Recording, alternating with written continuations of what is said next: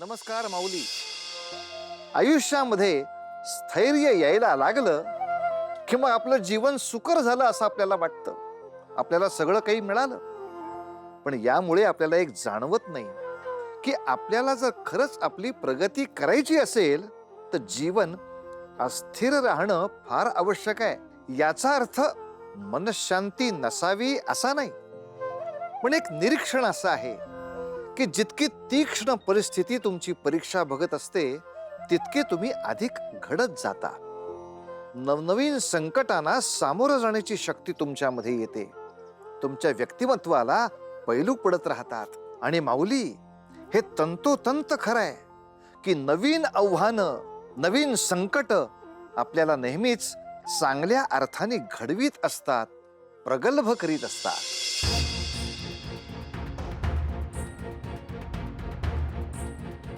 मी कधी स्वप्नात देखील कल्पना केली नव्हती की तुम्ही एवढ्या हीन पातळीला जाऊन विचार कराल आणि तितकेच हीन कृत्य कराल. दीपश्री, हे तू नाही, तुझे अविचार बोलत आहे आणि त्याकरिता मी तुला दोष देखील देऊ शकत नाही. परंतु इतकेच सांगतो,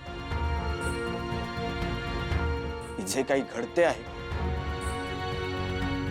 त्यातच सर्वांचे भले आहे. काही नाही. याआधी तुम्ही माझ्या पिताश्रींवर आरोप केले होते की त्यांनी घातपात करून हे राज्य लुबाडले, परंतु तुम्ही तर राज्य मिळाल्यावर स्वतःच्या धर्मपत्नीशी घातपात करत आहात. ज्यांनी तुम्हाला सिंहासन दिले, महाराज बनविले, त्यांच्याच पुत्रीचा त्याग करताना तुम्हाला काहीच कसे वाटत नाही हो? तुझ्या कोणत्याच प्रश्नाचे उत्तर आता माझ्याकडे नाही. तुझे समाधान होईल असे माझ्याकडे काहीही नाही. परंतु काळ हे एकच तुझ्या सर्व प्रश्नांचे उत्तर आहे. त्यामुळे येणारा काळच सांगेल की जे घडले तेच योग्य होते.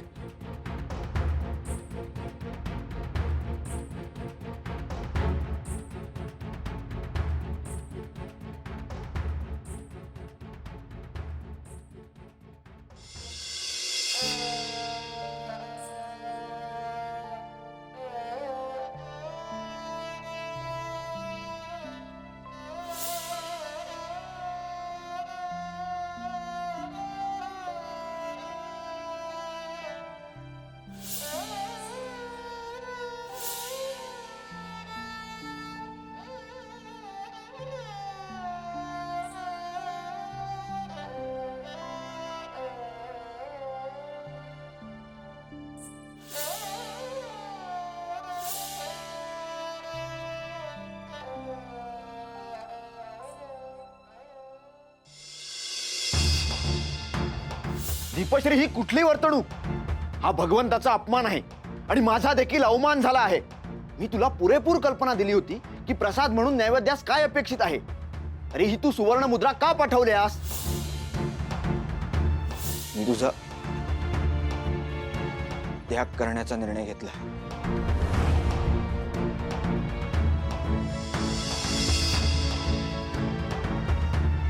तू हा प्रसाद सोडून निघून जा, एवढीच माझी तुला विनंती आहे.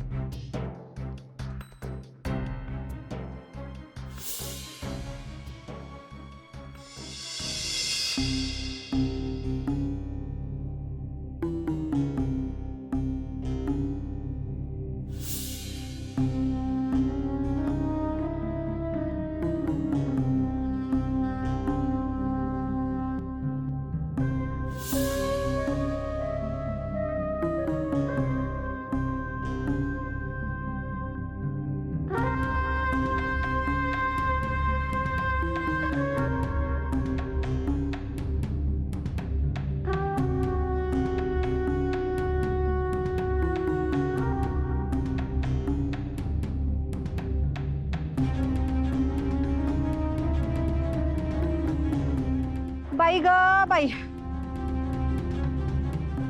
बाई ग बाई, किती वेळ झाला तरी कष्ट काही संपत नाहीत. कोणी आहे का? कोणी आहे का तिकडं? त्या म्हातारीला हात द्या रे कोणीतरी. माई,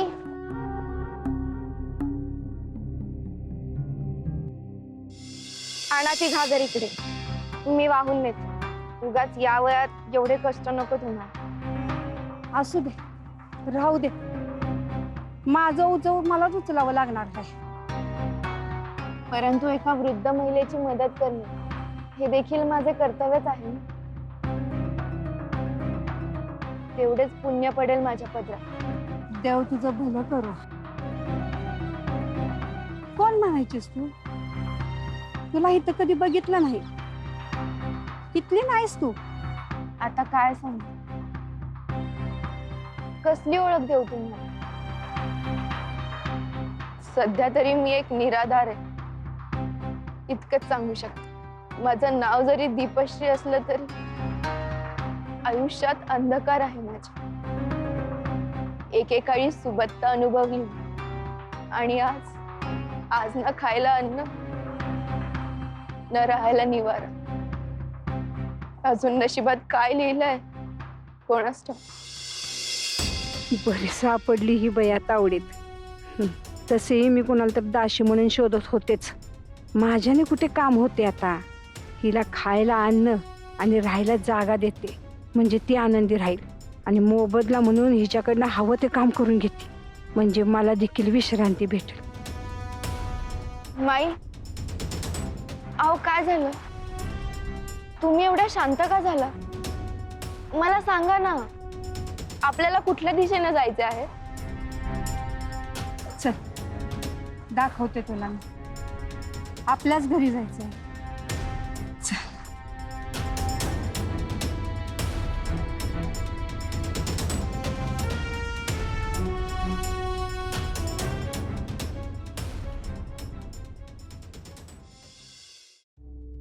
ये काय ग,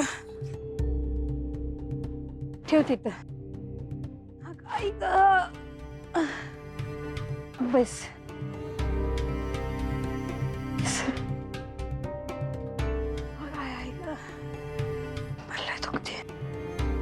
नाव काय तुझं म्हणायचं पोरी? माझे नाव दीपश्री. चांगलं नाव आहे बघ पोरी. तू इथं आलीस, मला सहाय्य केलंस, त्यातून तुला राहायला घर नाही, खायला काय नाही, सगळं तुला देईन बघितलं. पण तू इथं राहिलीस तर ह्या घरात राहा, इथंच खा. फक्त मला तू सांग, या बदल्यात तू मला काय देशील? मी तुम्हाला काय देऊ? कसं आहे पोरी, मी तुला इतकं काय देते की ज्याने तुला जगता येईल. मग तू पण मला काहीतरी दिलं पाहिजे ना. अहो माई, पण माझ्याकडे तुम्हाला देण्यास काही शिल्लक नाहीये. तुम्ही माझी अवस्था बघताय ना. मी पण तेच म्हणते. जेव्हा आपल्याकडे असं वाटतं की काहीच नाही, तेव्हाच खूप काही असतं, फक्त ते दिसत नाही आपल्याला. म्हणजे नक्की काय म्हणायचं तुम्हाला? अगं म्हणजे तुझ्याकडनं मला फार काही नको, फक्त मी जे काही सांगेल की नाही कामं तेवढीच ऐक. म्हणजे भांडी घास, पाणी आण, स्वयंपाक कर. मी? अहो मला असल्या कामांची सवय नाही. मी कधी केलं नाहीये हे सगळं. मी एकच विनंती करते की माझ्या भोजनाची सोय करावी. मी इथून निघून जाईल, मला आणखी काही नको. असं कसं ग पोरी? अगं मी तुला तुझ्या आईसारखीच ना. असे कशी तुला सोडून जा म्हणेन? मुलींना आईची सेवा करायची नाही तर कोण करायची? मगाशी तूच म्हटली होतीस ना की ह्या सेवेचं पुण्य लाभेल म्हणून, मग तेच तुला देते असं समज. नाहीतर या जगात माझं कुणी नाही. तूच एक आधार आहेस माझा. माझं उर्वरित आयुष्य सुखाचं जावं एवढीच अपेक्षा आहे बघ माझी. अहो माई, तुम्ही रडू नका ना असं. मी आहे ना, मी नाही तुम्हाला एकटं बसू देणार. मी थांबेन इथे तुमच्यासोबत, तुमच्यासाठी, तुमच्या सोबत. होय ना व? होय.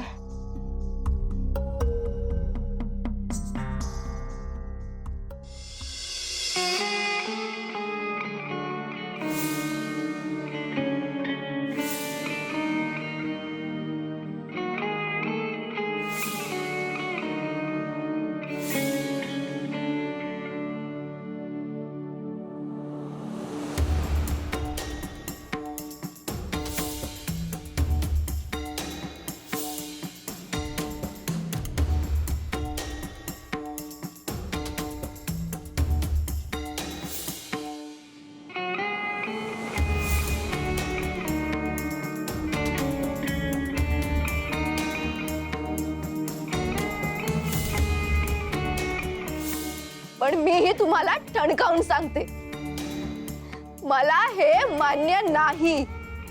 हा माझा प्रासाद आहे आणि मी याचा कदापि त्याग करणार नाही. नाही म्हणजे नाही, कदापि नाही. दीपाश्री, हा माझा अंतिम निर्णय. महाराज, महाराज, काय झाले? काय वार्ता आणली आहेस? महाराणी कशा आहेत? सर्व काही क्षेम आहे ना? चिंता नसावी महाराज. महाराणी दीपश्री सध्या गावात एका वृद्धेच्या घरी आश्रयाला थांबल्या आहेत. आणि आणि आपले गुप्तहेर? आपले गुप्तहेर महाराणींच्या मागावर आहेत. ते त्यांची पूर्ण काळजी घेत आहेत. ते असताना महाराणींवर कुठलेही संकट येणार नाही. परंतु महाराणींना ते असल्याचा काही संशय तर नाही ना? नाही महाराज, महाराणींना कुठलाही संशय आलेला नाही. आपण चिंता करू नये. चांगली वार्ता सांगितलीस. ये.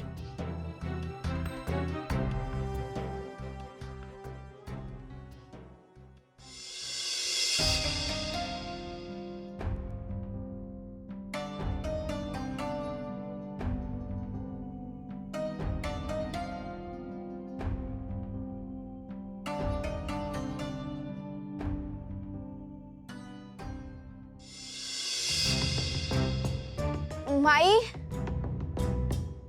माई. काय ग? अहो, बाहेर किती ऊन आहे. मला तर फारच थकल्यासारखे होत आहे. 4 पावलं देखील चालणं कठीण झालं. अगं तुझं कष्ट करायचं वयच आहे ते. एवढ्यातच असं कसं करून चालेल? हा, आणि ऊन वगैरे काय नाही बाहेर. आपण आपल्यासाठी पाणी आणतो याच्यासारखं सुख नाही, माहितीये का? जा आतमध्ये ठेव.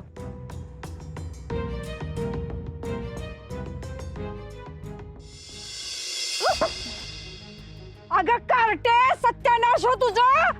म्हणजे सोन्यासारखी कळशी ती चेपवलीस फार तू. अहो माई, मी इतकी थकले होते, मला माझा तोरच सावरला गेला नाही हो. काही कारण सांगू नको. मला कारण सांगणारी माणसं आवडत नाहीत. जा आतमध्ये चूल पेटव आणि स्वयंपाक कर. धर, आत नेऊन ठेव.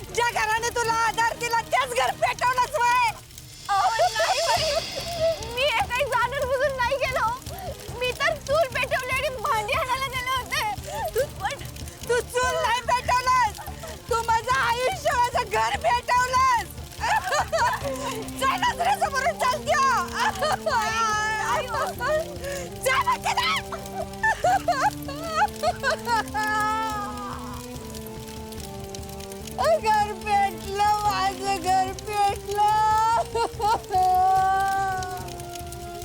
घर पेटलं. आता काय करायचं मी?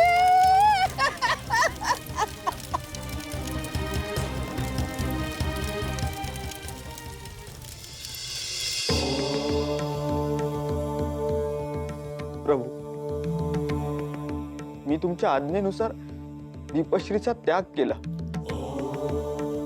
तिला तिला मनात नसताना इथून पाठवले. तिच्यासाठी वाईटपणा घेतला. परंतु प्रभू, ती आता माझ्याबद्दल काय विचार करत असेल ह्या कल्पनेनेच डोळ्यात पाणी येते आहे. हे आणखीन किती काळ प्रभू? 16 सोमवारच्या व्रताचा तिच्याकडून अपमान झाला आणि त्याचीच ती शिक्षा भोगत आहे. हे देखील मला मान्य आहे. परंतु हे किती काळ?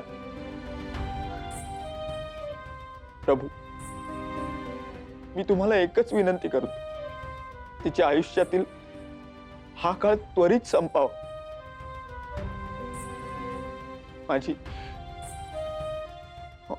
माझी ही एकच विनंती मान्य करा प्रभू, मान्य करा.